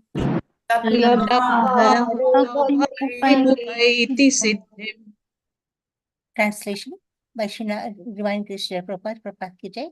The subject of the departure of the lotus of the sons of Pandu for the ultimate goal of life back to Godhead is fully auspicious and is perfectly pure. Therefore, anyone who hears this narration with devotional faith certainly gains the devotional service of the Lord, the highest perfection of life. Purport: Srimad Bhagavatam is a narration about the personality of Godhead and the devotees of the Lord like the Pandavas.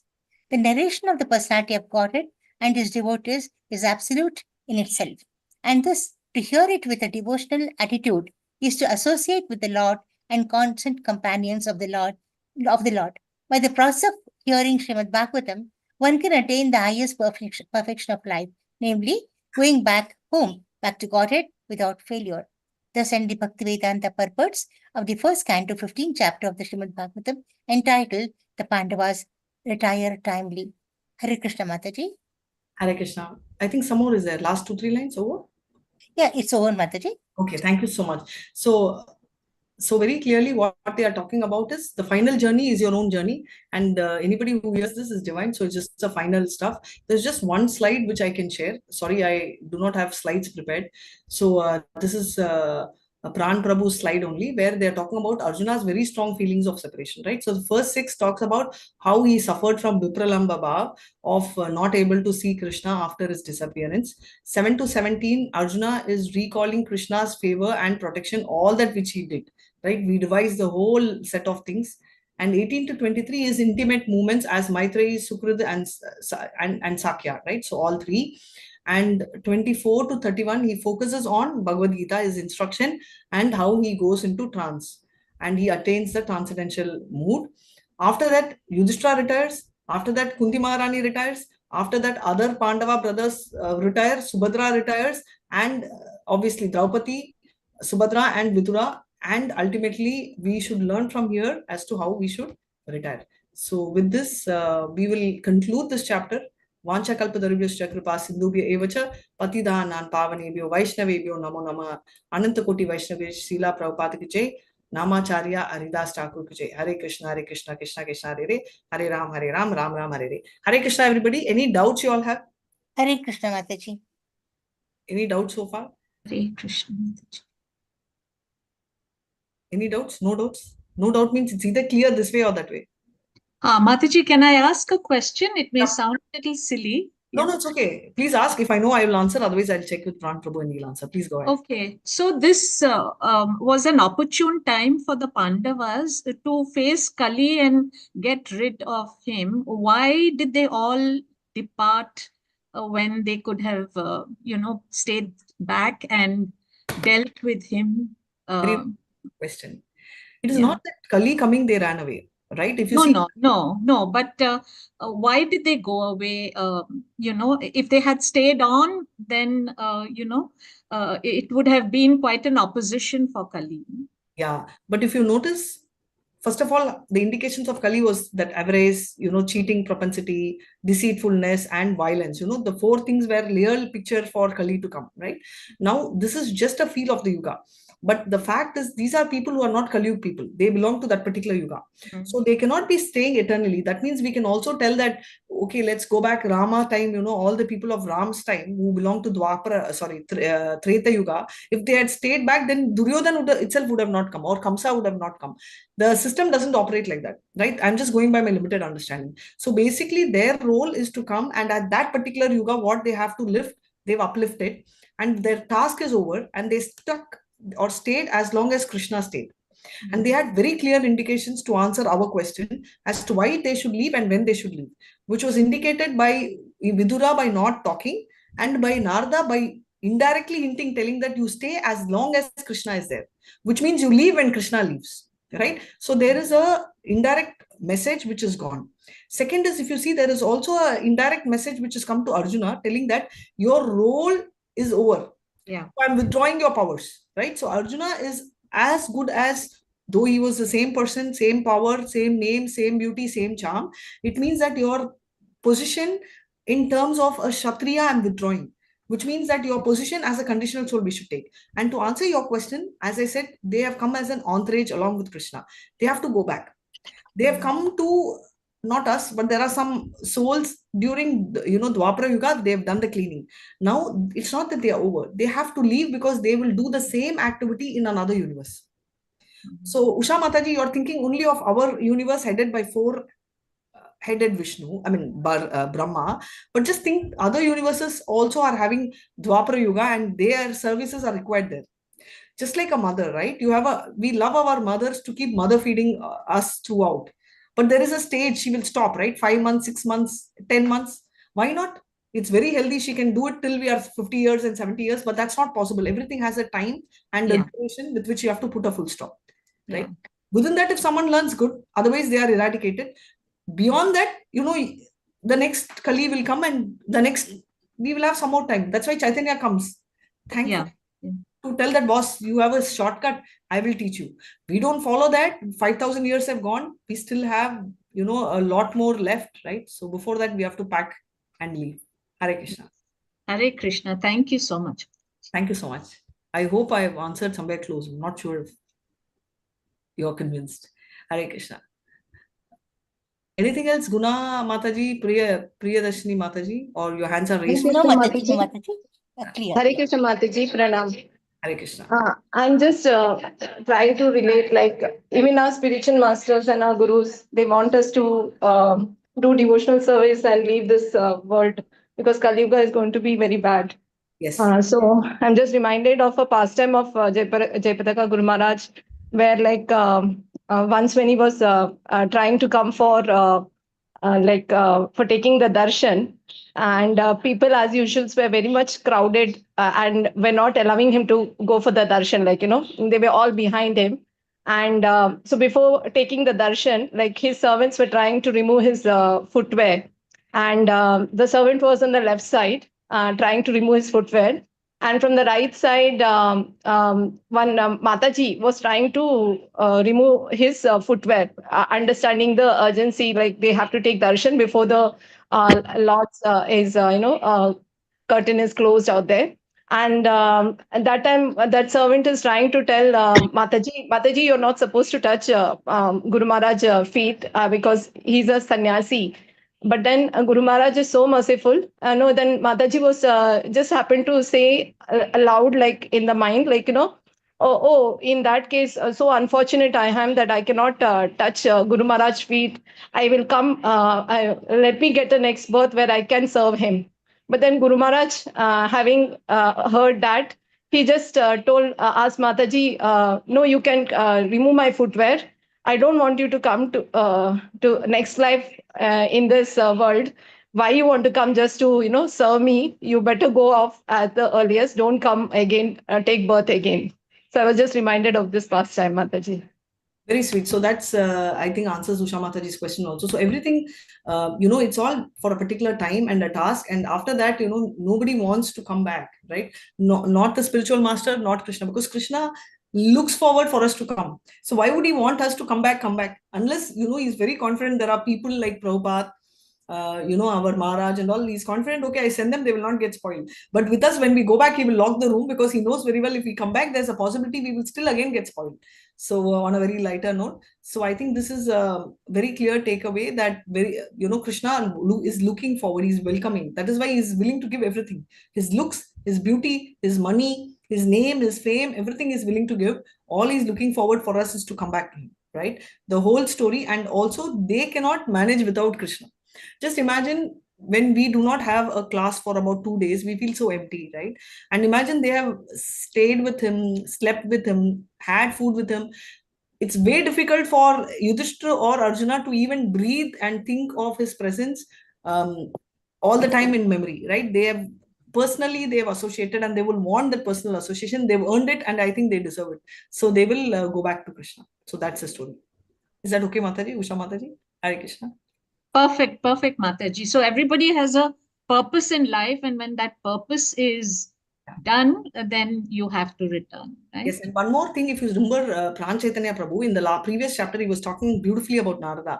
Narada tells Yudhishthira and leaves. He does not wait to police. The difference between us is if we advise, we wait to see if the advice is fruitified and it is executed. See, many times we also suggest, I'm not telling it's wrong, but when we suggest or advise, we should just advise and leave. But we will wait, we'll follow up. Did you do what I told? Why you did not do? We will question. Nowhere in the Shastra, we have seen people following up. Whether it is for Dhruva, 5-year-old, Narada says and leaves. Right? Same way, these people come, they do their duty and leave. They don't try and follow up, and they don't keep rectifying, going back and forth. Which is why, if you see those days, there was a lot of harmony, because people, even though kings fought for their kingdom, they never fought for that small things. They knew, and no king ruled for years together. They used to rule for typically 2 decades max. And with that, it used to be done. Because they knew the next progeny will have to take over. And that thought they had, and the focus was larger on getting liberated and focusing on God consciousness. Hare Krishna. Dear Vancha Kalpatarubhishya Kripa Sindhubhya Vacha Patitanam Pavanebhyo Vaishnavebhyo Namo Namah Ananta Koti Vaishnava Vijay Srila Prabhupada Vijay Namacharya Haridas Thakur Vijay Hare Krishna Krishna Krishna Hare Hare Hare Rama Ananta Koti Vaishnava Vijay Srila Prabhupada Vijay Namacharya Haridas Thakur Vijay. Exam next week, Mataji? Exam date, Hare Krishna. Just 1 second. Let me just stop live. Hare